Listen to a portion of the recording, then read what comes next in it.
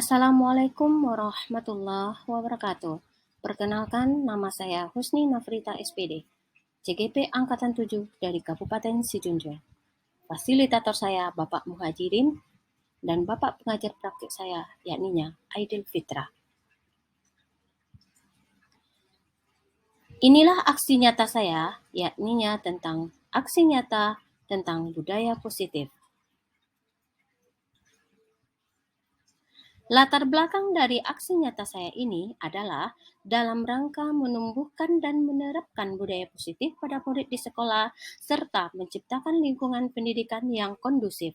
Budaya positif terus dilakukan oleh guru dan peserta didik sehingga visi sekolah akan terwujud. Budaya positif merupakan perwujudan dari nilai-nilai atau keyakinan universal yang diterapkan di sekolah. Budaya positif diawali dengan perubahan paradigma tentang teori kontrol. Adapun tujuan dari aksi nyata saya ini adalah yang pertama, menumbuhkan dan menerapkan budaya positif pada peserta didik. Yang kedua, mewujudkan peserta didik yang berprofil pelajar Pancasila sesuai dengan visi sekolah. Tolak ukur dari aksi nyata saya adalah yang pertama, peserta didik dapat menyusun keyakinan kelas dan dipajang di dinding kelas. Yang kedua, peserta didik dapat menerapkan budaya positif secara konsisten.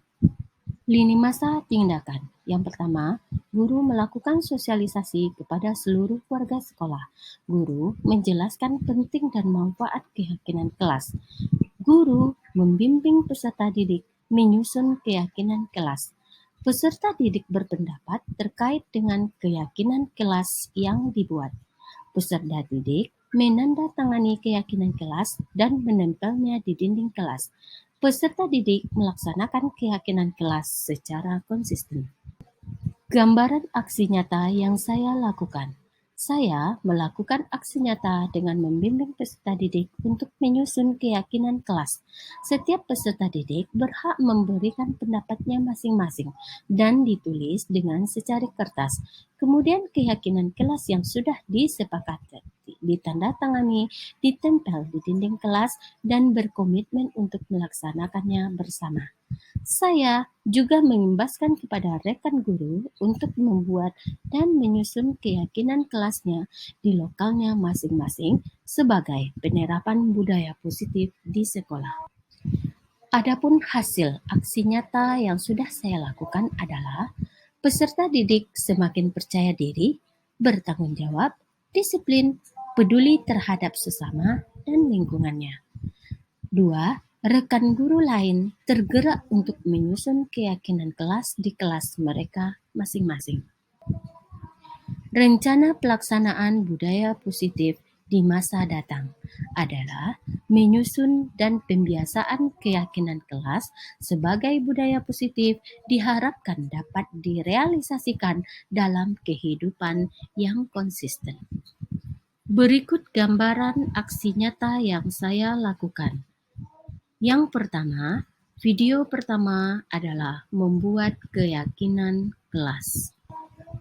Video kedua adalah sosialisasi budaya positif kepada warga sekolah, yakninya kepada kepala sekolah dan kepada seluruh rekan guru.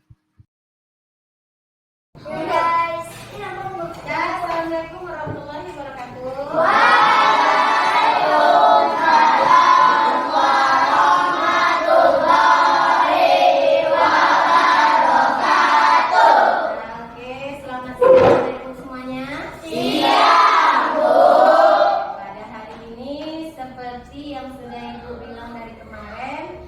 Pada hari ini akan membuat suatu kesepakatan kelas namanya. Dan sebelum kita membentuk atau menyusun kesepakatan kelas, sekarang coba ibu mau tanya dulu. Kalian kan di kelas ini, apa kira-kira impian kalian untuk kelas kita ini? Nah, apa impiannya? Banyak apa? Yuk, Raya. Kelas yang dimana yang kamu impikan? pendidikan yang kamu cita-citakan. Kelas yang bersih, oke? Aman. Kelas yang aman. Apa Raka? Damai, Bu. Kelas yang damai. Yang bagus. Yang bagus. Kelas yang rukun ya. Kelas yang gimana lagi? Kelas yang kita tuh di dalamnya saling menyayangi satu sama lain. Oke, impiannya bagus sekali. Ayo, saling tolong. Oke. Apa lagi impian kita maunya kelasnya kayak gimana dengan kelas kita? Kita pengennya kelasnya nyaman atau tidak? Nyaman tuh diciptakan dengan keadaan ruangan yang bagaimana? Apa yang kira-kira mendukung kenyamanan kita di dalam kelas ini? Hah? Pakai kipas angin, pakai AC. Yang kedua sekarang kita udah pakai kipas angin. Oke, supaya lebih nyamannya, yuk kita hidupin dulu kipas anginnya. Kaki tolong kaki. Yang di belakang hidupin juga. Boleh kita sama-sama nyaman. Karena hari sudah siang ya. Nih, tolong hidupin di belakang.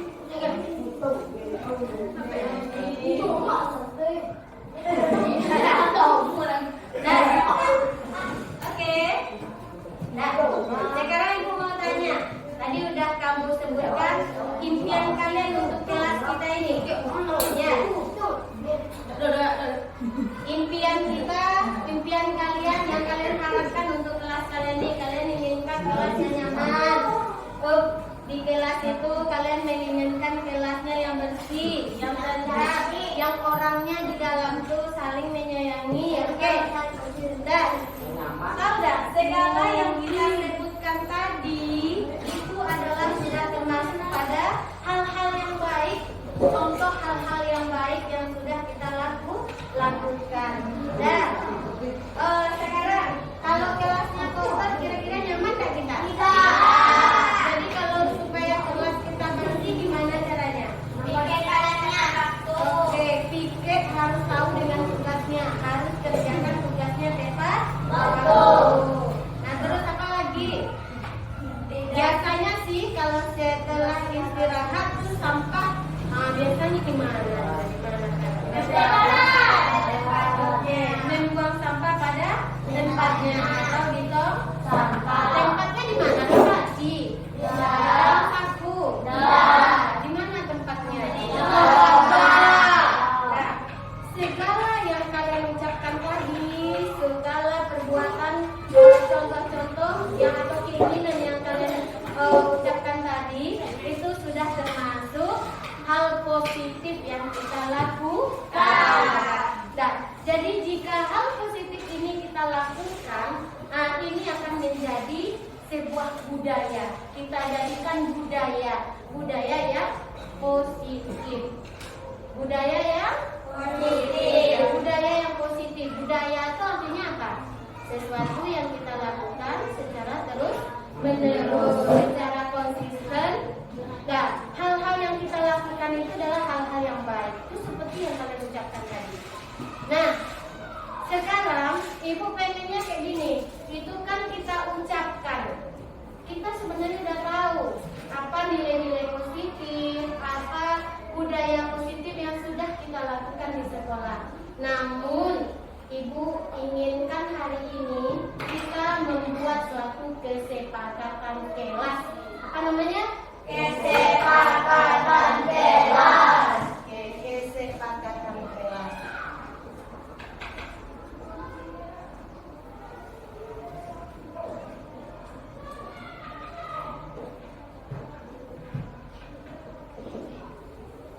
Nah, gimana cara kita menentukan kesepakatan kelas ini nanti? Tahu? Gimana caranya?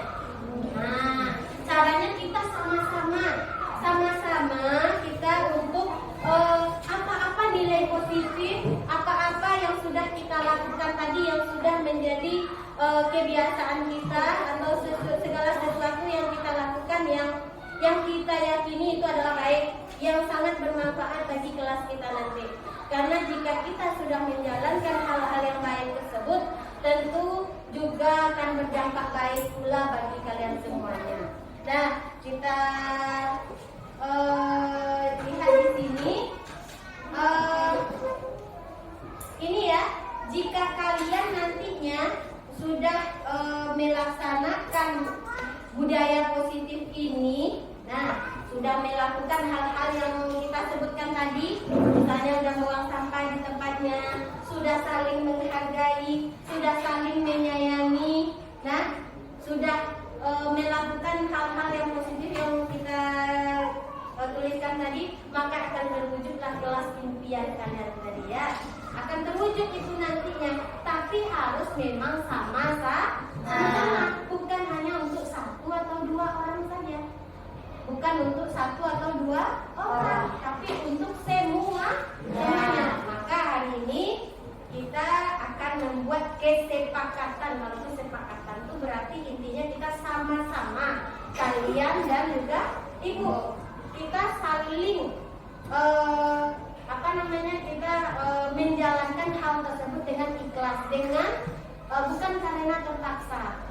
Nah, kita menjalankan kesepakatan yang sudah kita buat tadi dengan ikhlas, dengan hati yang senang, jangan karena keterpaksaan. Jangan karena terpaksa aja nantinya. Nah, sekarang ibu akan bagikan kertas pada kalian. Kertas ini silakan kalian tulis. Kalian tuliskan di kertas ini hal-hal baik yang ingin kalian lakukan atau yang akan kalian lakukan nantinya, yang mana hal yang baik tersebut akan menjadi suatu kesepakatan atau keyakinan kelas kita nantinya. Oke, bisa paham apa yang mau dikerjakan? Setelah ditulis, kalian tempelkan di depan ini. Oke, hati-hati jangan terbalik nanti tulisnya. Kan ada kertasnya lem. Kalau kertas lemnya di sini, lemnya di sini, berarti itu di bawah taruhnya. Di atas tuh yang nulis. Jangan di pas lem kali nulis, karena mau yang dilihat itu yang mau kita dan cara. Oke, paham? Oke, ya, nih. Oke, tolong ibu bagikan satu kertas.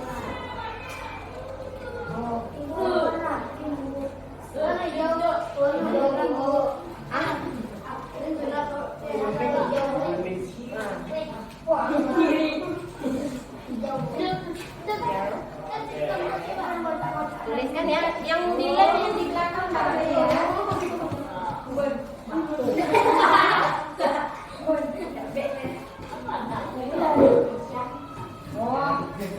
Oke, udah dapat semuanya.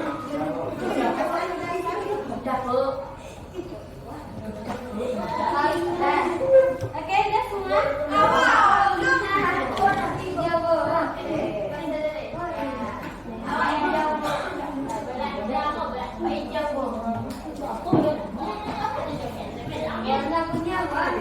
Oke, silakan ditulis. Ditulis saja. Apa kira-kira yang impian atau kelas yang bagaimana yang kalian lakukan? Ya, silakan. Apa? Iya. Tulis saja. Setelah ditulis, nanti bergantian ke depan untuk menempelkannya. Ya, silakan. Loh.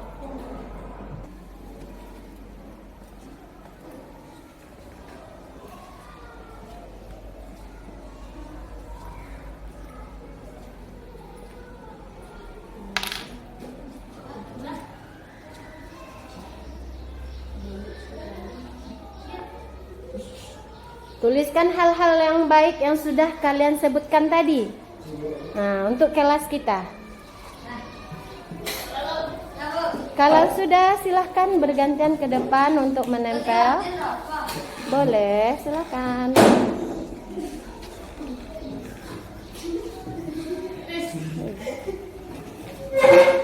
Tempelkan baik-baik. Oke.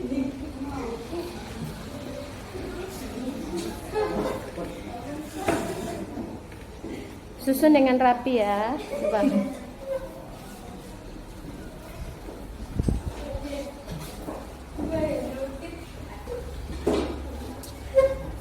Hijau sama dua.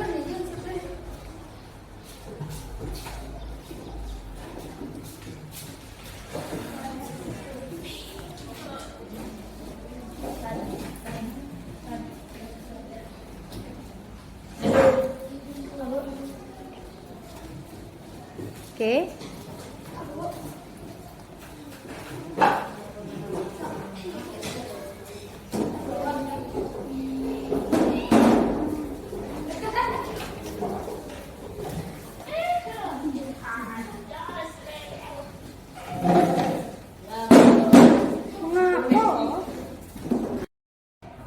Oke, sudah dituliskan tadi, kalian sudah menuliskan di kertas kalian masing-masing. Sudah. Nah, apa yang hal-hal yang baik yang sudah kalian sebutkan tadi, kalian tuangkan ke helai kertas seperti ini. Ayo, siapa mau bantu ibu bacakan dulu apa Oke, Fakir, silakan.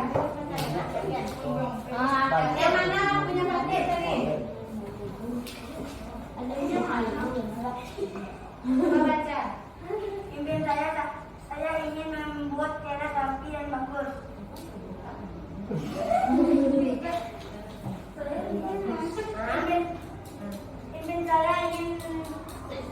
Impian saya ingin membuat teras rapi dan bagus. Oke, kelas rapi dan bagus. Sip. Oke, silakan duduk. Terima kasih. Terus, siapa lagi yang mau bacakan ke depan? Oke, Hasan. Ya. Lapor. Pilih aja sama Terus, coba baca. Saya di dalam yang aman dan tentram, saling menghargai, saling tolong menolong. Sip. Nah, harapannya dan impiannya di kelas adalah saling menghargai, kelasnya aman dan tentram. Kita menginginkan kelas yang aman dan tentram? Ya. Mau kita kelas kita gaduh? Ya. Oke, silakan duduk. Yuk. Nah, yang hijau. Siapa tadi? Yang nulis yang hijau tadi. Kertas hijau. Yang berempat kan? Silakan bacakan apa yang nilai yang sudah nilai positif yang kalian inginkan di kelas. Silakan bacakan.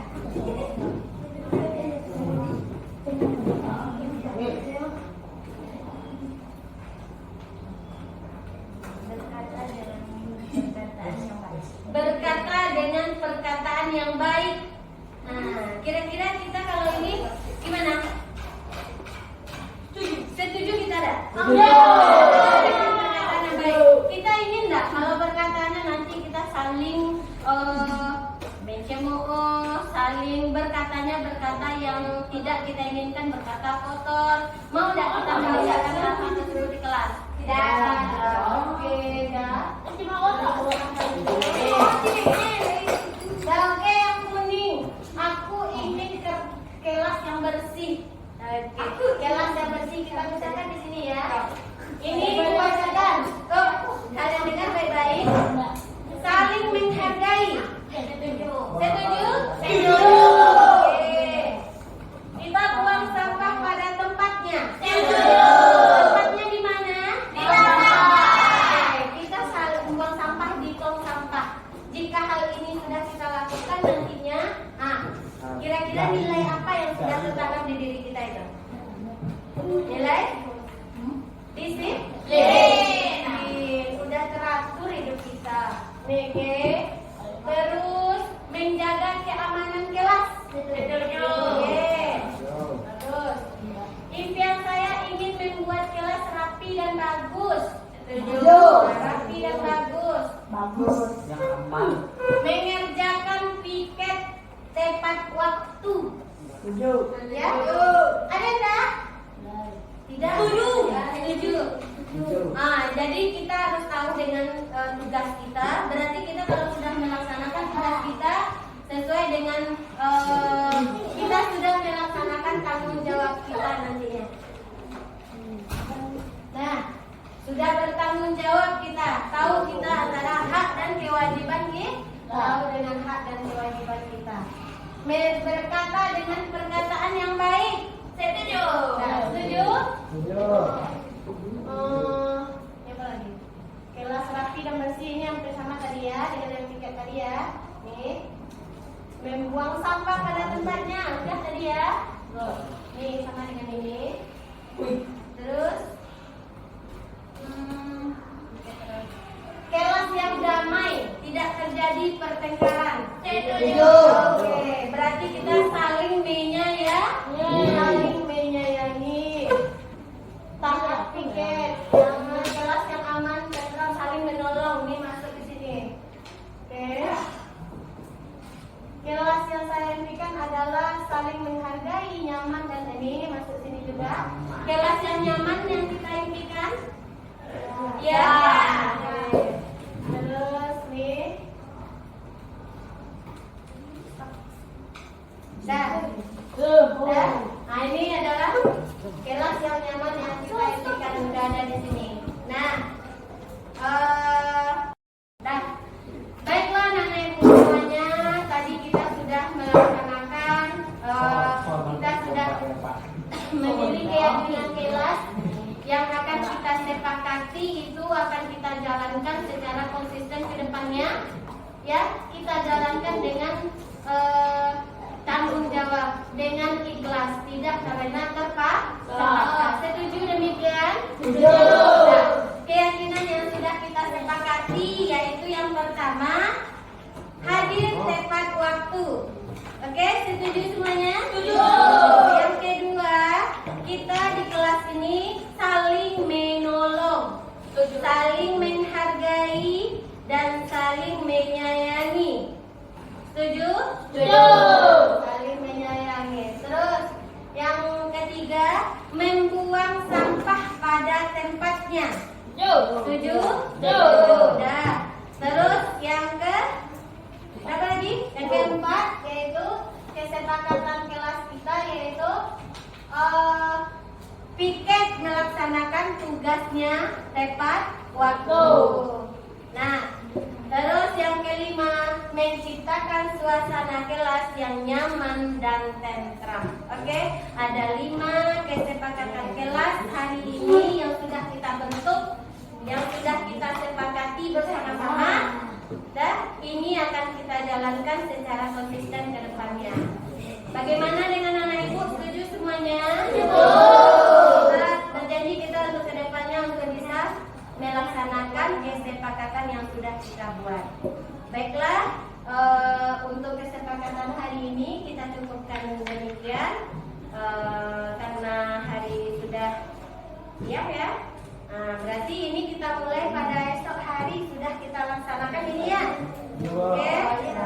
Wabillahi taufiq wal hidayah. Wassalamualaikum warahmatullahi wabarakatuh. Waalaikumsalam warahmatullahi wabarakatuh.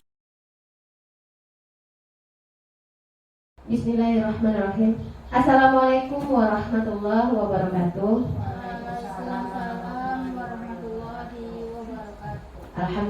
Alhamdulillahilladzi hadana li hadza wa ma kunna linahtadiya laula an hadanallah. Asyhadu an la ilaha illallah wahdahu la syarikalah wa asyhadu anna Muhammadan abduhu wa rasuluh la nabiyya ba'da amma ba'du. Yang saya hormati Ibu Kepala Sekolah, yang sama-sama kita hormati Bapak dan Ibu-ibu Majelis Guru SDN 30 Sijunjung. Puji syukur kehadirat Allah Subhanahu wa taala yang telah melimpahkan rahmat dan nikmatnya kepada kita semua sehingga pada hari ini kita telah dapat berkumpul di ruangan kita ini. Salawat beriring salam tak lupa kita hadiahkan kepada pucuk pimpinan umat Islam yakni Nabi Muhammad sallallahu alaihi wasallam. Allahumma shalli ala sayyidina Muhammad wa ala ali sayyidina Muhammad. Bapak dan ibu-ibu yang kami hormati, sebelumnya saya mengucapkan terima kasih kepada Ibu Kepala Sekolah yang telah memberikan waktu dan kesempatan untuk saya untuk bisa melaksanakan aksi nyata saya yaitu tentang modul 1.4 budaya positif. Dan mohon maaf untuk teman-teman karena meminta waktu istirahatnya untuk kita di sini saling berbagi gitu. Baiklah Bapak Ibu, hari ini yang mana saya sebagai CGP, saya mendapatkan tugas yaitu berbagi praktik baik, yaitu tentang aksi nyata budaya positif. Yang mana kemarin kami telah menyelesaikan satu modul, yang mana dalam satu modul itu ada 1.1 tentang filosofi KHD, yang kedua tentang peran dan nilai guru penggerak, yang ketiga visi guru penggerak, dan yang keempat ini adalah tentang budaya positif. Dan kemarin kita sudah bahas, sudah kita diskusikan juga tentang visi guru penggerak. Baiklah Bapak Ibu yang saya hormati, sebelum kita memulai materi kita pada hari ini, ya, selamat datang Bapak Ibu guru hebat. Mari kita belajar bersama, berkolaborasi, saling menghargai, saling mendukung demi terwujudnya disiplin positif di sekolah kita tercinta. Ya. Berbicara tentang disiplin positif. Nah, disiplin positif, kira-kira kalau disiplin positif yang terbayang oleh Ibu dan Bapak apa? Disiplin positif. Kita bahasnya sekarang tentang disiplin positif. Sebelum kita masuk pada materi, kira-kira apa gambaran utama Ibu yang pertama dulu kalau mendengar kata budaya positif? Apa Pak Ibu? Apa Bu? Kebiasaan yang baik. Kebiasaan yang baik, ya. Datang tepat pada waktunya. Oke. Apa lagi kira-kira Ibu? Berarti kalau disiplin budaya positif, berarti positif itu segala yang baik-baik yang sudah kita lakukan yang terjadi di sekolah kita. Nah, kebiasaan yang sudah budaya berarti pembiasaan yang secara terus-menerus, secara konsisten kita lakukan. Baik, yang mana pada hari ini konsep utama modul budaya positif ini yang pertama perubahan paradigma belajar, yang kedua tentang disiplin positif, yang ketiga kebutuhan dasar manusia, yang keempat tentang motivasi perilaku manusia, yang kelima tentang posisi kontrol kita sebagai guru, yang keenam keyakinan kelas, dan yang terakhir adalah segitiga restitusi. Kelihatannya banyak ya Bu, lumayan lah, tapi insya Allah ini kita bahas, kita diskusikan nanti sama-sama, yang mana hasil dari diskusi ini mudah-mudahan bisa berdampak positif bagi sekolah kita nantinya. Sebelumnya nih, yang pertama perubahan paradigma belajar. Kita lihat di sini pembelajaran dengan paradigma baru yang dirancang berdasarkan prinsip pembelajaran yang berdiferensiasi sehingga setiap peserta didik belajar sesuai dengan kebutuhan dari tahap perkembangannya untuk mewujudkan profil pelajar Pancasila. Yang alhamdulillah ya Bapak Ibu, kita kemarin sudah daftar juga untuk kurikulum kita yang semester tahun ajaran 2023-2024 kita akan memakai kurikulum Merdeka. Ya, ini sangat penting bagi kita, sangat kita butuhkan. Yang mana pada kurikulum Merdeka memang kita itu harus berpihak pada murid. Pembelajaran kita harus berdiferensiasi untuk melahirkan profil pelajar Pancasila. Ya, yang mana kemarin udah kita lihat juga profil pelajar Pancasila itu apa-apa saja gitu. Nah, supaya ingat berdirilah dulu Bapak Ibu, silakan. Yuk, kita berdiri dulu nyanyi, kita nyanyi aja. Ya, dengan gerakan ya Bapak Ibu, kita mulai. Nah, 1, 2, 3.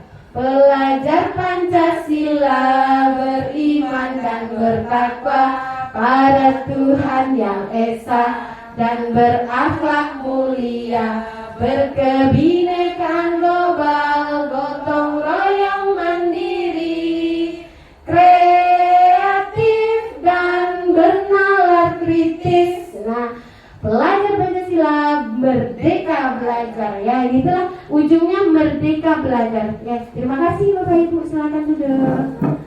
Nah, sebelum kita masuk pada materi kita ini, saya punya sebuah video yang kita simak baik-baik.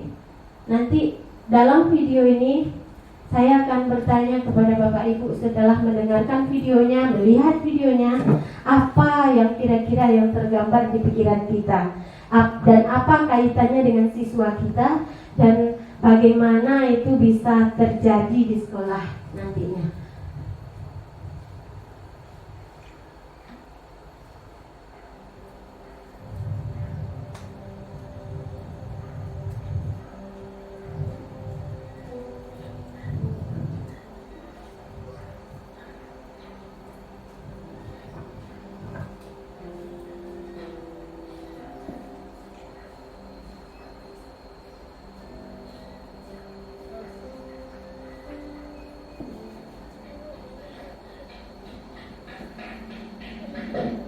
Cika, dari tadi dipanggilin. Lu tuh kalau lagi di rumah kan kedengeran kan kalau pintu diketok. Aneh banget lu. Ngobrol? Ih, lu rese banget nih bagian bebas ini ah. Tuh kan nanti bela-bela lo. Bela-bela lo sih, biasanya juga lo kan urusan semuanya. Lu tuh ya, kalau di rumah remote kosong nggak? Pergi mulu. Giliran di rumah di kamar terus main handphone. Urusan lu, urusan mama, semua gue yang ngerjain. Capek tau gak sih? Si enak anak kesayangan mama. Lu pernah ngerasain gak sih? Di sini selalu tahu kalian anak kesayangan mama itu lo. Gue anak kesayangan mama. Kapan terakhir kali lo disuruh-suruh sama mama? Semuanya di rumah ini itu gue yang ngerjain. Mulai dari masak, beres-beres rumah, nyapu, belanja, semuanya gue yang ngerjain. Bahkan baju lu ini gue yang cerita tau gak? Kak, dari gue kecil sampai sekarang, gue mau ngelakuin apapun, mama pasti selalu bilang, udah gak apa-apa, bela aja, bela. Emang lo kira enak deh lo kayak anak kecil mulu. Lu tuh ngapain sih? Soalnya dengan harga luar loh. Ada apa sih? Ini ada yang unik kak, dari kakak masih di sini, sampai kakak udah married, dia gak pernah berubah, dia gak pernah bantuin apapun. Gue udah seharian masak di bawah buat kakak, dia gak bantuin apa-apa. Bel, gue udah jangan berkali-kali ya sama lu. Kalau lu capek masakin buat gua, gak usah. Gua bisa makan di luar. Lu gak perlu lagi musim buat gua. Bukan gitu maksud gue kak. Gue tuh merasa mama tuh pilih kasih. Gue udah anak kandung kok pada pilih sih. Atau jangan-jangan gue dipungut di pinggir jalan.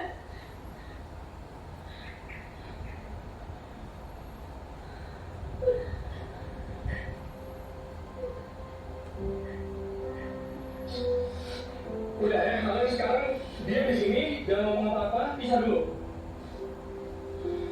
Mama.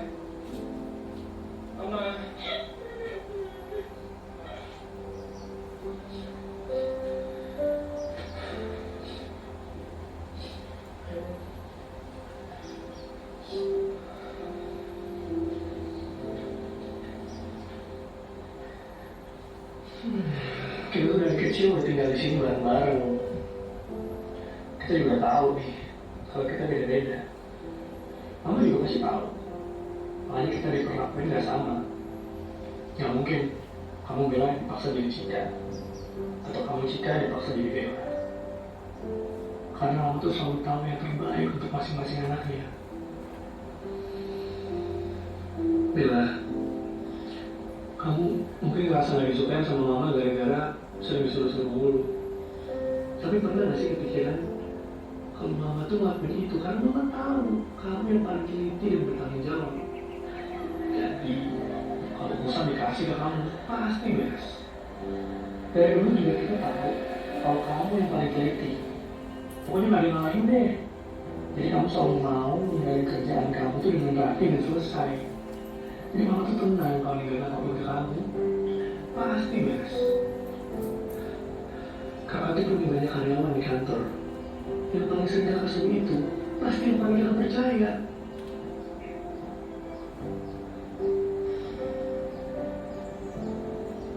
Kamu Cika, dari kita bertiga, kamu tuh yang paling paling jago ngomong, paling berani, paling sengit kalau ada pertandingan keluarga.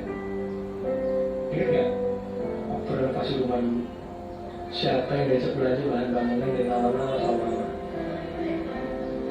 Terus yang dipercaya untuk ngecek mandor dan berantem sama tukang tiap hari itu siapa? Kamu tuh mirip sama kakak. Kita berdua emang kurang teliti, suka lu gampangin. Tapi bukan berarti kita nggak punya kelebihan lain kan? Kamu tuh bukan pilih kasih. Tapi jangan tahu, kita tiga anak ini berbeda. Makanya partner sama kita juga berbeda. Karena dia mengenal kita jauh lebih baik dari diri kita sendiri. Sekarang kita makan dulu yuk, nanti keburu dingin.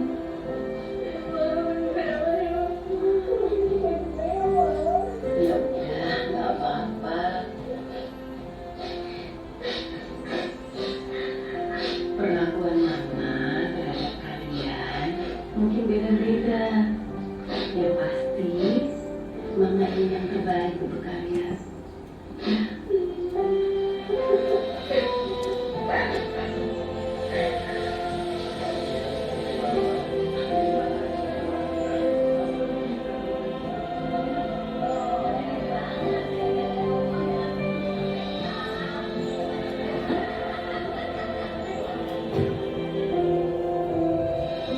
Oke, Bapak Ibu.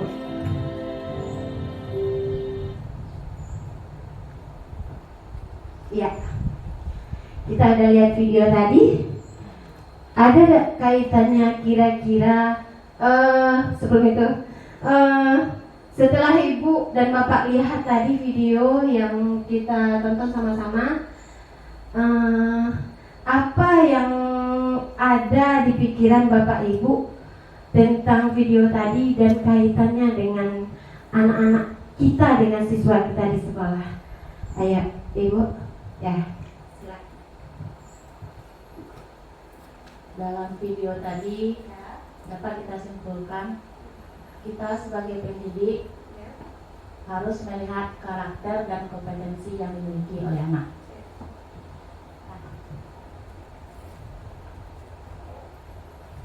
Baik, menurut Bu Dia, silakan kepada Ibu Kepala. Mungkin juga dalam video tadi bisa kita bawakan kepada siswa kita bahwa setiap siswa kita itu mempunyai kelebihan masing-masingnya. Terima kasih, Ibu. Ada lagi ibu yang lain? Ya. Kita lihat tadi pada video, menurut Ibu Dia tadi bahwasanya anak kita itu berbeda-beda, punya karakter yang berbeda, mereka ada kompetensi yang berbeda. Nah, mereka lahir dari keluarga yang berbeda, mempunyai kompetensi yang berbeda, karena cara didik mereka memang berbeda juga, kayak gitu. Sedangkan ini kan yang namanya orang tua punya 3 anak, satu pun aja tidak ada yang karakternya yang sama. Bahkan perlakuan orang tuanya sebenarnya sudah bagus. Orang tuanya memperlakukan anaknya sesuai dengan watak anaknya masing-masing. Itu karena apa? Karena dia ingin anaknya itu yang tadi yang Bella, dia adalah anak yang mandiri. Dia teliti, makanya dia sering disuruh-suruh oleh orang tuanya. Tapi anaknya tadi menangkap hal itu bahwa dia itu tidak disayangi oleh orang tuanya karena sering disuruh terus kayak gitu. Nah, jadi kalau menurut Ibu Kepala tadi bahwasanya anak siswa kita itu mempunyai kelebihan masing-masing. Iya Bapak Ibu. Sebagai kita lihat siswa kita di kelas, kita kadang-kala lupa. Kita menyamakan saja cara yang kita lakukan untuk mengajar dan mendidik anak kita di kelas. Dan kita beranggapan dan memvonis siswa kita itu dengan enaknya kita ini introspeksi diri sendiri Bapak Ibu. Kita mengajarkan ini udah cara yang jitu, ini udah saya ajarkan nih cara mengajarkan materi matematika dengan cara yang sangat bagus menurut kita. Dan sebagian siswanya udah paham Bapak Ibu. Dan kita itu mengukurnya dengan cara nanti ketika memberikan soal, siswa kita mampu untuk menjawab. Nah, kita beranggapan siswa kita itu kita lihat nilainya udah 100, ini 100, ini 50, udah di atas KKM. Tapi ada 2 atau 3 siswa yang nilainya tuh jauh di bawah, yaitu nilainya ada yang bahkan ada nilainya tuh 0 atau 1 atau 3. Tapi kita menyampingkan mereka, membiarkan mereka.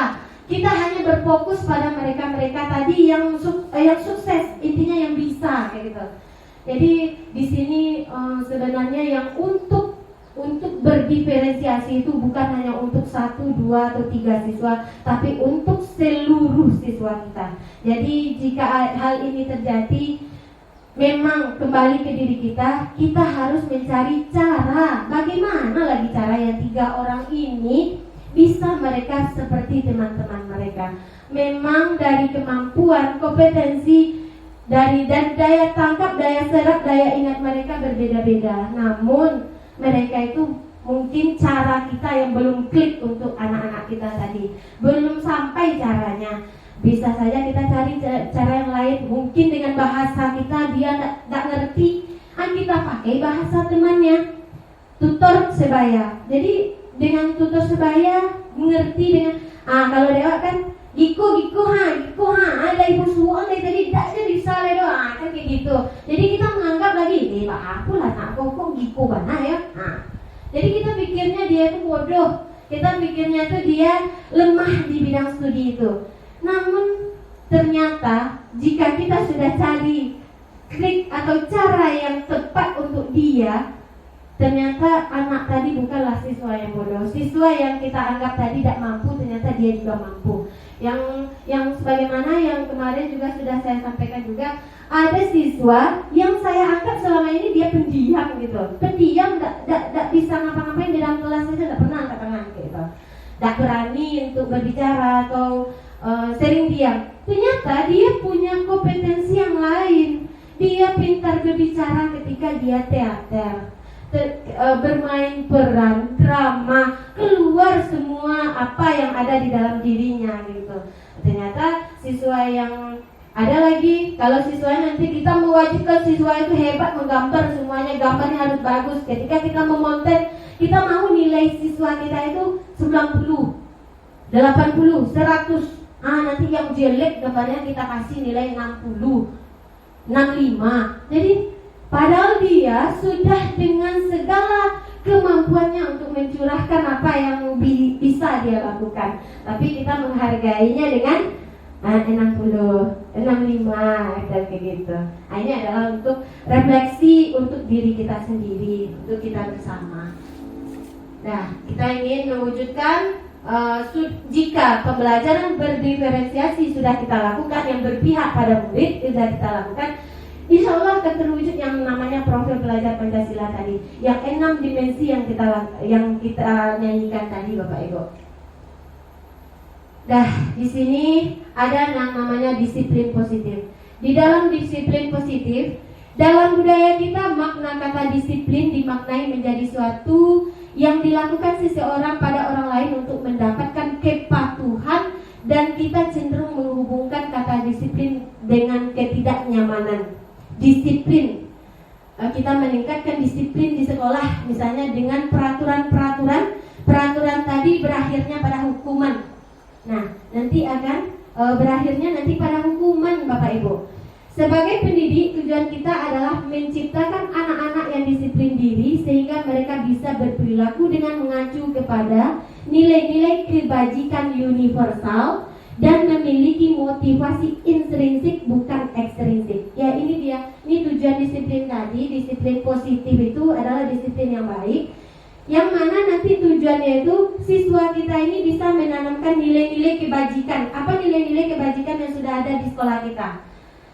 Bersalaman ya Bapak Ibu ya, kebiasaan yang kita lakukan bersalaman, senyum dengan temannya, terus saling menghargai, saling tolong menolong. Itu adalah nilai-nilai kebajikan yang sudah ada pada di sekolah kita ini. Terus jangan sampai ini dilakukan oleh siswa nantinya karena motivasi ekstrinsik. Tapi kita hendaknya intrinsik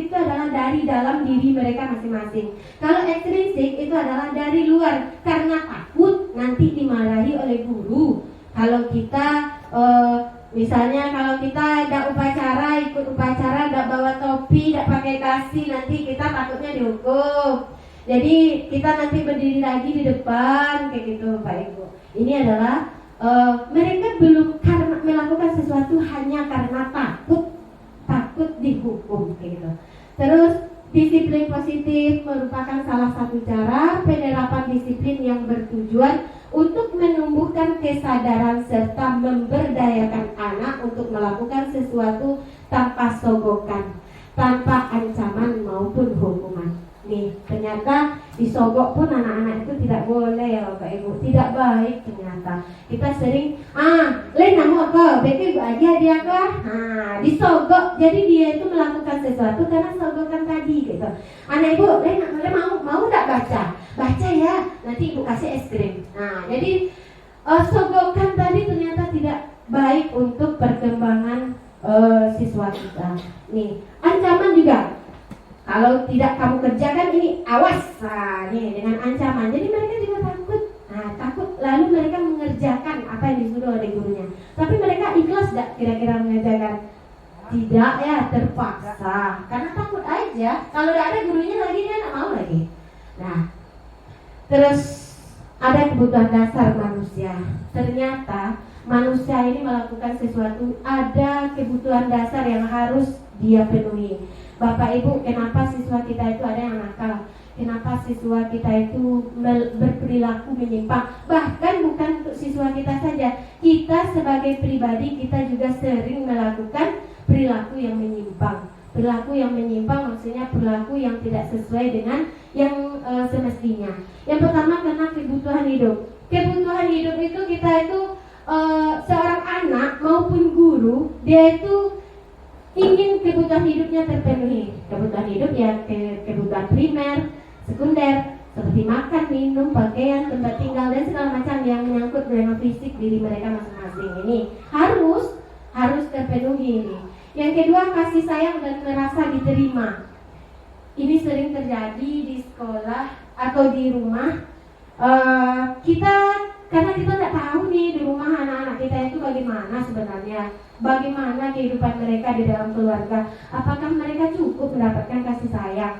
Apakah mereka itu cukup diterima oleh masyarakat atau tidak? Itu terjadi pembulian, terjadi pertengkaran, perkelahian dengan anak-anak itu karena salah satu ini dia itu ingin mencari perhatian dari kita.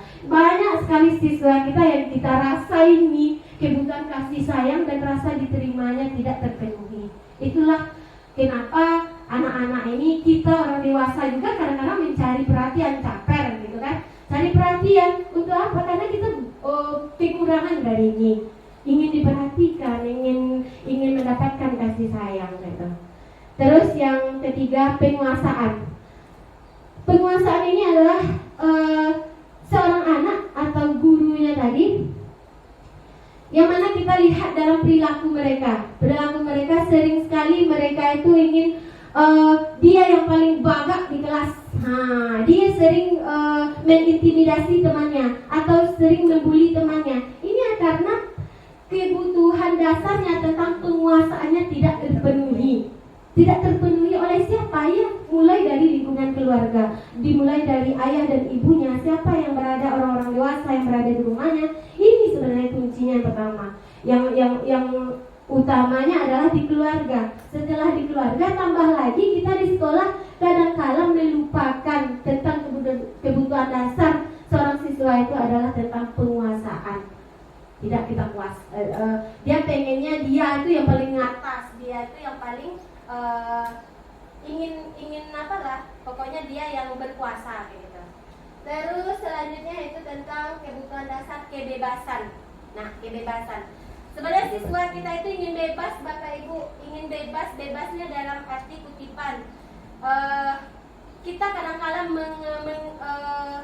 membatasi kemampuan mereka, kreativitas mereka dengan aturan-aturan yang kita lakukan di sekolah. Jadi siswa tadi tidak bebas. Oh, kalau kita melakukan ini ya nanti tidak sesuai nanti dengan apa, nanti ibu marah kayak gitu. Jadi kebebasan mereka juga ingin bebas, gitu Bapak Ibu. Terus yang terakhir yaitu tentang kesenangan.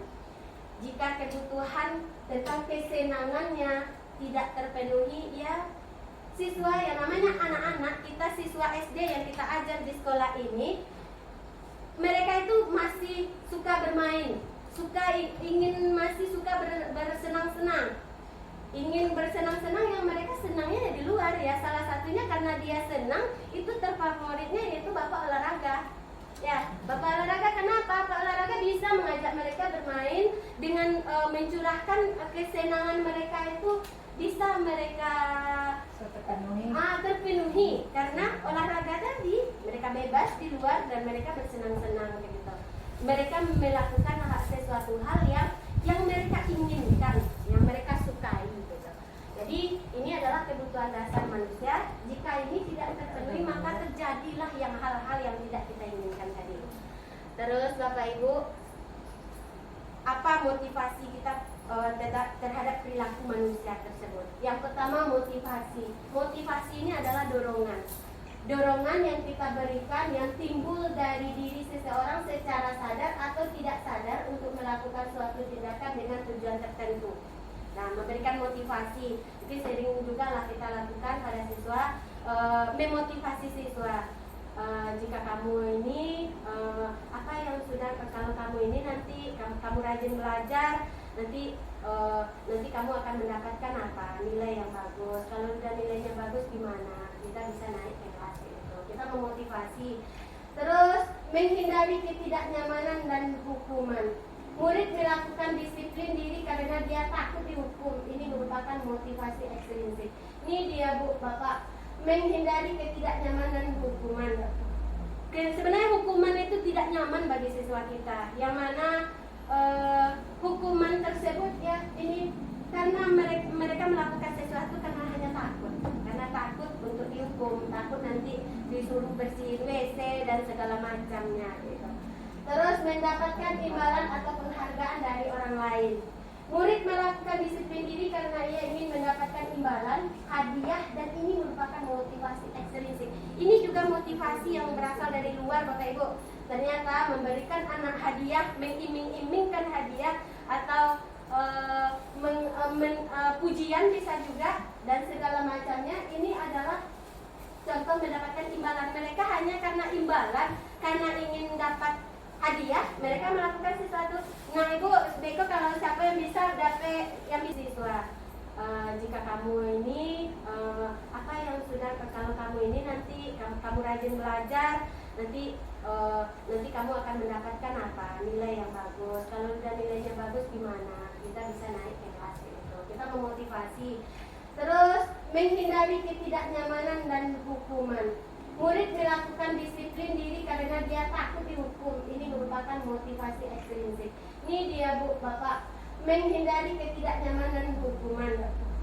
Sebenarnya hukuman itu tidak nyaman bagi siswa kita. Yang mana hukuman tersebut ya ini karena mereka melakukan sesuatu karena hanya takut untuk dihukum, takut nanti disuruh bersihin WC dan segala macamnya gitu.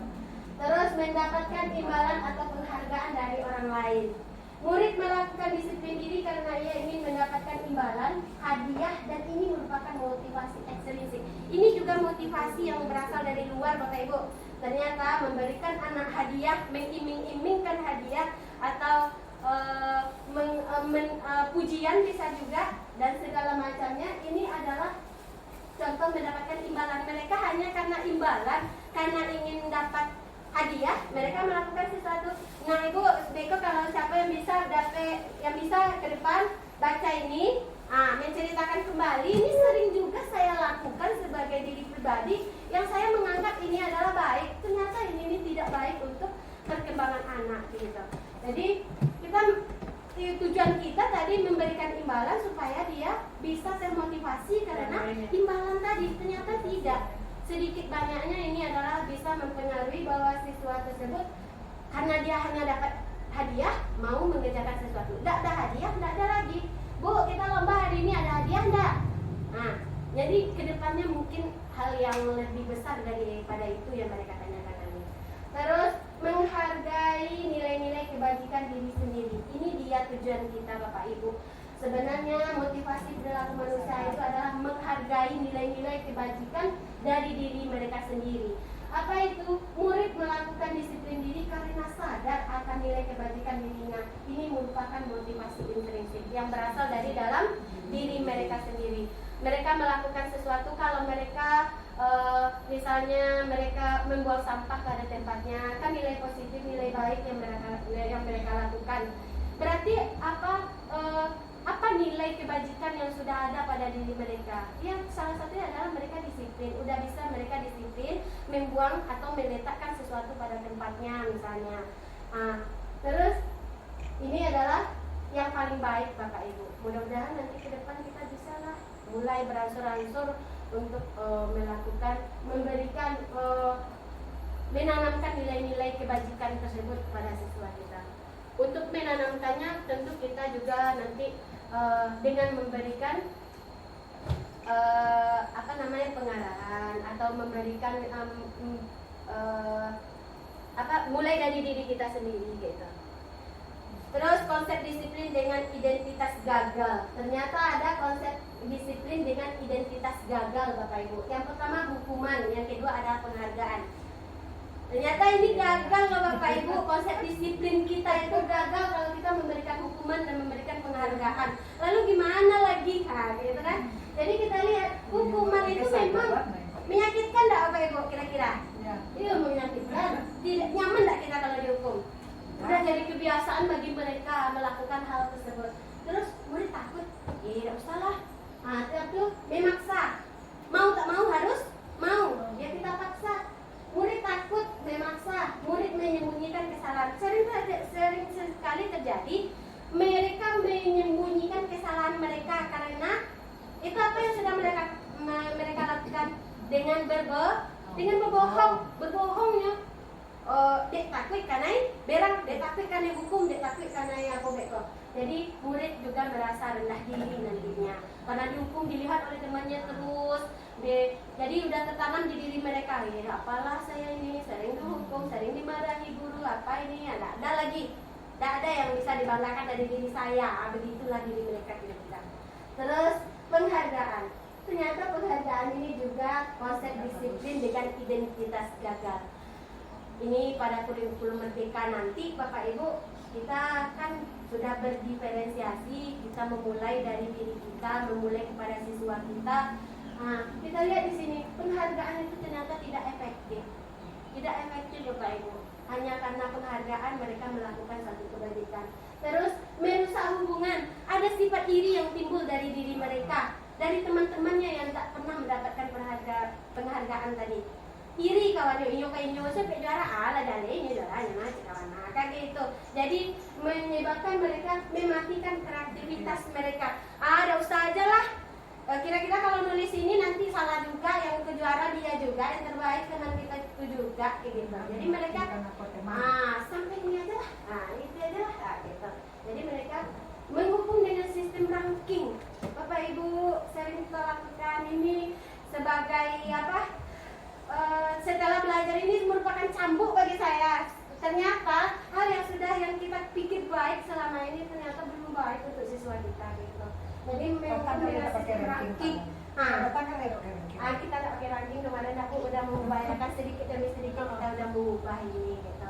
Ranking, ternyata sistem ranking yang namanya orang tua pasti tuntutannya ada juara berapa anak, ranking berapa anak, kan kayak gitu. Mereka ini merampas hak menghargai dirinya. Kadangkala orang tua yang dia tadi anaknya tidak juara menjadi merasa gagal untuk mendidik anaknya. Dia anak orang tuh bisa juara kok, anak orang pernah juara ya, oke itu. Padahal anaknya ini punya kemampuan yang berbeda dari temannya tadi gitu. Cuma kita udah mengupayakan, sudah memvonis siswa dapat ranking 1, 2, 3 dan juara tersebut itu yang hebat.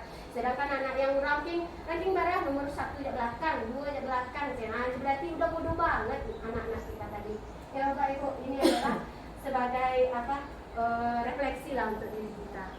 Terus disiplin dengan identitas sukses. Ternyata ini dia.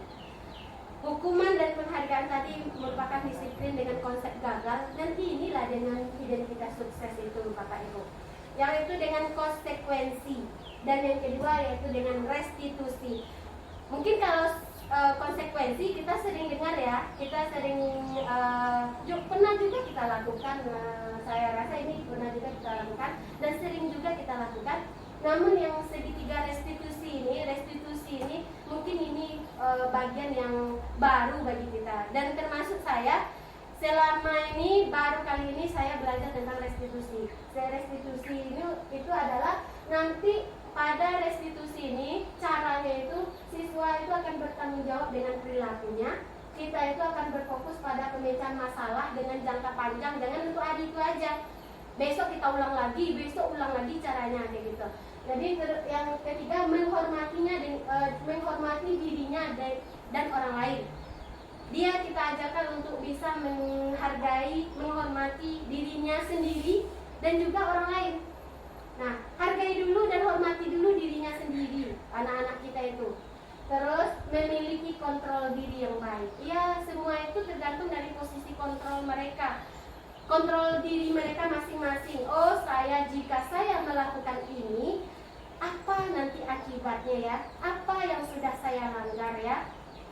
Kita bisa contohkan dengan ketika siswa kita tanpa sengaja lah di dalam kelas menumpahkan air dalam botol minum temannya, tumpah ke lantai.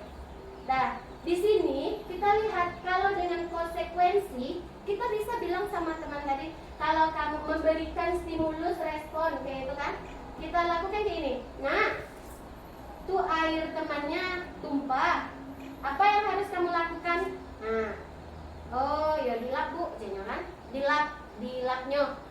Udah selesai, udah bersihkannya lagi lantai. Udah Bapak Ibu, itu yang mereka lakukan, berarti itu udah baik, udah. Terus lagi, kalau restitusi, kita diajarkan di situ untuk memvalidasi kesalahan mereka tadi. Tanpa sengaja mereka menjatuhkan air minum temannya, tumpah ke lantai. Lalu kita sebagai seorang guru, kita tidak, kebayang lah iya tuh, lakumu adalah apa? Kadang-kadang kita memvonis anak langsung seperti itu. Kita harusnya melakukan kayak gini, anak ibu, air temannya tumpah, iya. Kira-kira kalau tumpah, apa yang akan kamu lakukan? Mulai dia menggali di diri dia. Saya harus tanggung jawab. Air minum temannya udah tumpah, berarti ada air minum temannya nanti lagi? Tidak ada, bu. Saya mengganti air minum temannya, bu. Terus apa lagi? Karena ini kotor, saya bersihkan ya, bu. Terus karena ini merupakan ini adalah air minum ini udah tumpah, bisa jadi nanti pecah botol minum kawannya, dia mengganti. Lalu apalagi ini adalah perbuatan yang tanpa saya sengaja, saya mohon maaf ya. Udah berapa nilai kebajikan yang sudah dilakukan oleh anak kita tadi. Jadi kita mengajak siswa kita itu untuk mulai menanyakan kepada mereka. Misal dari gini Bapak Ibu, hari Senin anak kita kan tidak bawa dasi, tidak bawa topi. Tapi dia hadirnya cepat loh. Nanti di pagar kita ke pasaran, mana dasi dan topimu nak? Dasi dan topi saya tinggal bu di rumah. Tinggal di rumah atau hilang bu, tidak ada bu, apa bu? Kalau seperti itu konsekuensi, kita bisa tanya kepada siswa, kalau kamu tidak bawa dasi dan topi, apa lagi? Saya beli lah bu di koperasi atau di mana orang jual, kan kayak gitu. Itu konsekuensinya yang harus dia terima, harus ada setelah itu. Tapi kalau dengan restitusi, guru ini tidak menyalahkan langsung kesalahan yang dilakukan oleh siswa tadi. Anak ibu, mana sih topi? Dasi topi wak tinggal bu, tadi buru-buru. Ada apa-apa, ini udah bagus. Kamu berarti dasi dan topinya tertinggal di rumah ya nak. Karena apa? Karena saya tadi buru-buru bu. Atau dasi dan topi saya hilang kemarin bu, lupa untuk beli. Kan punya alasan mereka. Kita dengarkan dulu alasan mereka. Tapi jangan sampai alasannya secara terus-menerus ya Bapak Ibu. Terus apalagi kita lihatkan, kita yakinkan mereka di sana. Anak ibu, kamu tuh sebenarnya udah bagus loh, udah disiplin loh. Apa? Kamu tidak terlambat hari ini. Ambil nilai positif yang sudah dia lakukan. Kamu tidak terlambat hari ini. Kamu bisa hadir tepat waktu ke sekolah. sekolah. Nah, ini udah bagus. Tapi untuk akan datang gimana anak-anak itu? Untuk kita upacara, apakah itu tidak melanggar dari kedisiplinan? Iya Bu, saya sudah melanggar disiplin. Nah, jadi kita tanya, mau nggak kamu beli topi nantinya? Mau Bu? Nah, adik, jadi untuk yang akan datang kita upayakan siswa kita tadi. Jadi intinya kita melakukan pendekatan pada siswa. Kalau kita sekarang kan kita sering lakukan ini. Anak ibu yang tidak bawa dasi dan topi kita hukum loh. Kita hukum dengan nyapu halaman. Satu besok bawa pupuk, pilih sampah dan segala macam yang kita lakukan yang tidak ada kaitannya dikit pun dengan karena mereka tidak bawa dasi dan topi. Ada tak kira-kira milih sampah ataupun bawa pupuk dengan apa Bu? Dengan tidak bawa dasi dan topi? Enggak kan? Itu yang sering kita lakukan. Ini akan kita coba untuk memperbaiki dari diri kita gitu. Terus nih 5 posisi kontrol guru. Yang pertama sebagai penghukum, membuat rasa bersalah, teman, pemantau, manajer. Kira-kira Bapak Ibu di posisi mana sekarang? Bu Dia, di posisi mana Bu Dia? Hah? Penghukum ya? Nah, ganda, coba ganda. Atau 5-5-nya ada bisa jadi. Nah, Bu Marlis di posisi mana Bu? Hah? 5 semua guru hukum. Iya. Kalau udah melakukan salah pasti kita hukum. Nah, hukum aja langsung. Nah, hormat bendera, pada bendera sekarang. Pilih sampah sekeliling lapangan. Yuk, sapu ini, tuh, bapuk kayak gitu kan. Nah, itu adalah penghukum. Ternyata ini baik dah untuk 5 posisi kontrol guru ini. Yang nomor 1 ini baik dah kira-kira apa itu? Kadang-kadang kita sering kilap ya Pak Ibu. Sering kilap, mudah-mudahan ke depan kita kurang kilap kita lagi. Yang kedua, membuat rasa bersalah. Nah, apa ciri-cirinya? Berapa kali Bu bilang dari kemarin memelas nih ngomongnya Bu dengan cara menghibah. Dari mana lah kamu Ibu cara mengingatkan kamu lagi nak? Tak sayang kamu sama Ibu. Mau kamu Ibu gini terus, nanti jantungan Ibu lagi nak. Ada membuat rasa bersalah. Jadi siswa kita itu merasa dewa aku kan Ibu boleh buat daerah, boleh buat daerah. Gitu. Terus lagi sebagai teman. Sebagai teman ini kayak gimana? Seperti siswa tadi yang tak bawa dasi dan topi tadi, kita posisikan dia itu kalau gurunya sebagai teman. Ayo dong, jangan kayak gini lagi. Besok pakai dasi topi lagi ya. Iya, gimana ya Bu ya? Ada. Ini apa kelemahannya Bapak Ibu? Ini sebenarnya baik juga, tapi apa kelemahannya? Saling menghargainya kurang. Kalau dia masih menganggap kita sebagai teman, dia akan ikut apa yang kita katakan. Tapi kalau dia tidak menganggap kita lagi sebagai teman, gimana? Mungkin aja dia patuh tuh, dia melakukan sesuatu tuh hanya kepada temannya kita, tapi pada guru lain gimana? Gitu. Ini Bu, sebagai teman, saya sendiri juga sering melakukan hal yang semacam ini. Terus pemantau ini adalah kamu sudah melanggar aturan sekolah, kamu tahu nggak konsekuensinya? Seperti tadi, kamu tahu konsekuensinya setelah upacara kamu berdiri di koperasi, jangan diulangi lagi ya. Ini sudah termasuk yang baik menjadi guru pemantau. Tapi ada penyelesaian langsung dari masalah yang dilakukan oleh siswa langsung saat itu. Gitu. Jadi ini bukan jangka panjang Bapak Ibu, hanya menyelesaikan ketika itu aja. Nanti jika terjadi hal masalah yang lain nanti lain lagi nanti. Terus manajer ini adalah apakah kamu tahu kesalahanmu? Terus kira-kira bagaimana kamu memperbaiki kesalahanmu? Ini Bapak Ibu yang diharapkan sangat untuk kita sebagai guru adalah posisi yang kelima, yaitu sebagai manajer. Manajer ini apa? Kita menanyakan kepada mereka tentang jika mereka melakukan kesalahan, kita tanyakan kepada siswa kita itu, apakah kamu tahu kesalahanmu? Kesalahannya tidak tahu sama ada kok. Apakah tahu kamu kesalahannya? Dengan nada yang baik, dengan nada yang lembut. Nah, kalau kita mungkin dengan kamu tahu salah kamu, kira-kira itu tuh udah masuk hukum lagi rupanya. Belum lagi anak menjawab, kita udah memfonis. Dia tahu, ikut. Kita menyebutkan dulu, tapi biarkan dia berpikir apa kesalahan yang sudah dia lakukan. Terus Kira-kira bagaimana kamu memperbaiki kesalahanmu? Nah, ini adalah di posisi manajer Bapak Ibu. Dari posisi 5 posisi kontrol ini mudah-mudahan nanti bisa lah kita naik tingkat lah Bu. Dari penghukum kita menjadi pembuat merasa bersalah, atau langsung aja kita kepada pemantau dan manajer, itu lebih baik lagi. Ya Bapak Ibu.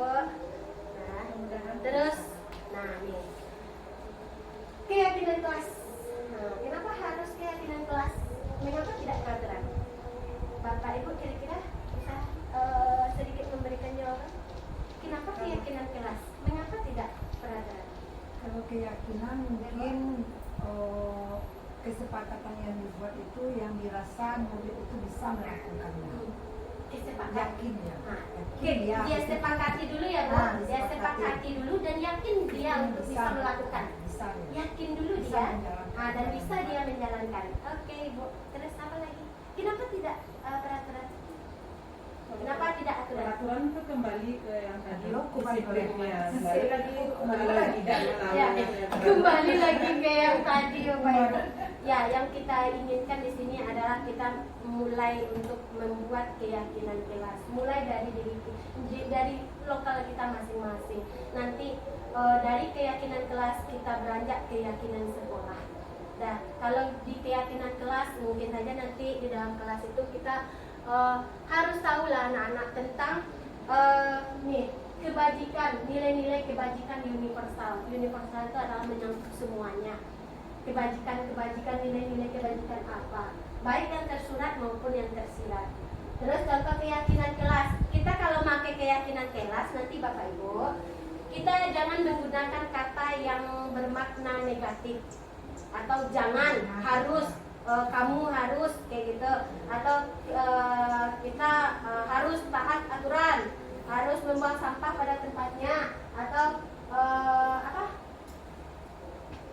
dilarang gini-gini. Kata yang negatifnya tadi kita hilangkan. Jadi kita mengangkat yang positifnya. Contoh, meletakkan barang pada tempatnya.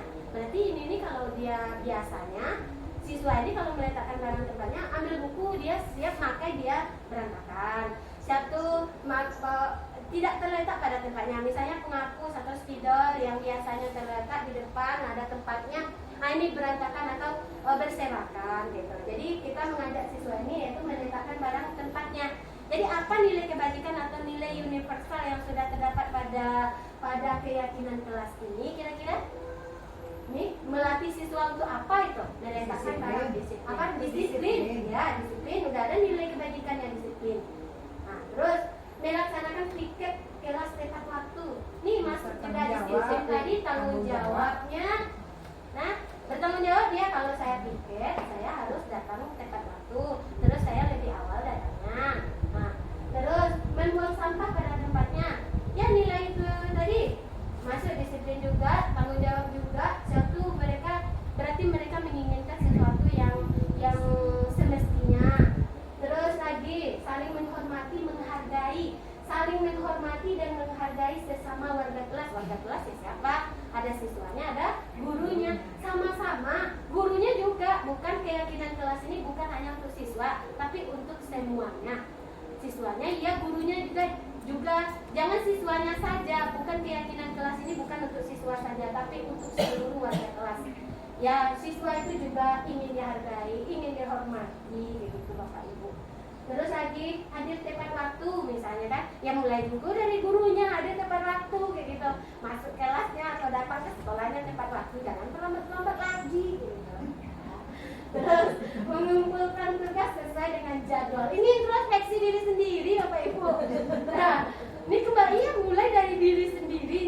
Yang saya bilang tadi, setelah saya belajar tentang budaya positif ini, rasa dicambuk Bapak Ibu. Rasanya kena semua nih.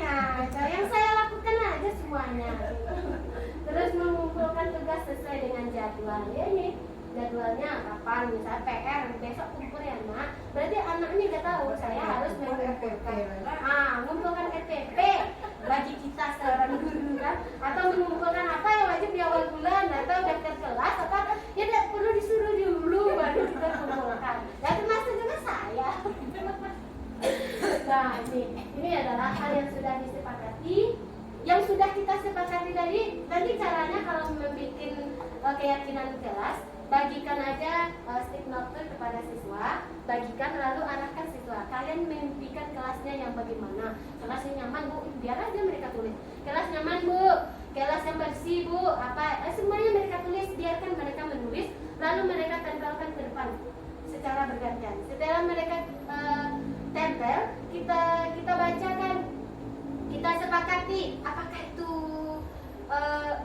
bisa mereka yakin mereka untuk melaksanakan. Nah, asap itu nilai-nilai apa kalau mereka melaksanakan tersebut, nilai apa yang sudah mereka lakukan gitu.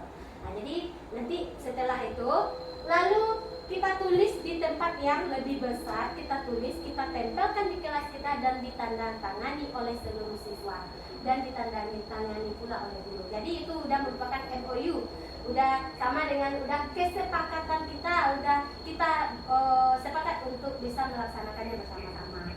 Gitu Pak Ibu. Nah, terus ini yang segitiga restitusi saya bilang tadi, pelajaran yang baru yang saya temukan untuk mengangkat disiplin ini.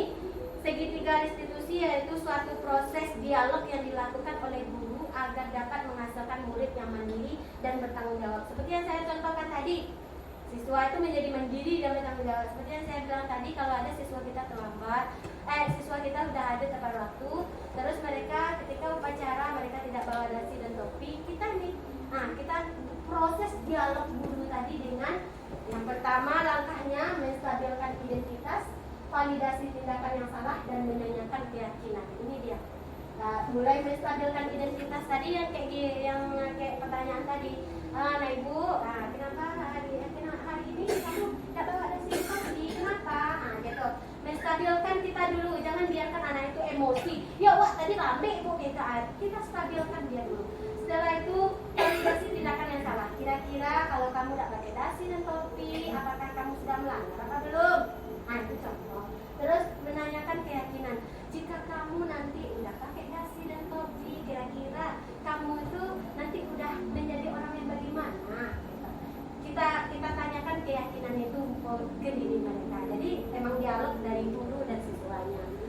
Ya Bapak Ibu, mungkin pada hari ini adalah materi sedikit yang saya dapatkan ketika belajar tentang budaya positif.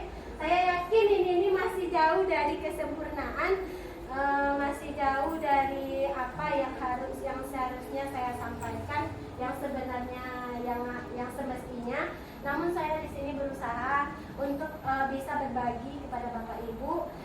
Jika ini bermanfaat, marilah kita ambil manfaatnya sama-sama. Kita mulai terapkan hal ini. Kalau kita belajar adalah intinya untuk siswa. Jika kita berhenti belajar ya berhenti, kita gambarkanlah Bapak Ibu siswa kita akan jadi apa gitu. Karena sekarang ini kita yakin siswa yang lahir pada tahun 2000-an, anak kita ini kan tahun 2000-an ini adalah tidak sama dengan kita Bapak Ibu. Mereka udah pintar daripada kita mengenai IT dan perkembangan zaman. Kita harus bisa mengikuti, karena kalau tidak lama-lama kita ini akan terpikir, kita ini akan tidak dibutuhkan oleh mereka lagi. Itu apa guru kita belajar bisa lewat yang lain gitu. Jadi kita harapkan nantinya siswa kita, harapan kita ke depan mungkin siswa kita bisa menjadi siswa yang bagaimana yang ingin kita wujudkan. Tentu tidak lain dan tak bukan, yang paling utama adalah mengenai karakter mereka, dada mereka yang perlu kita isi dulu, baru otak mereka gitu. Bapak Ibu, untuk hari ini cukup sekian dari diseminasi yang saya sampaikan pada hari ini. Saya mohon maaf atas segala kekurangan dan kesalahan saya. Memang kesalahan itu memang datang dari saya, kebenaran hanya datang dari Allah. Wabillahi taufiq wal hidayah. Wassalamualaikum warahmatullahi wabarakatuh.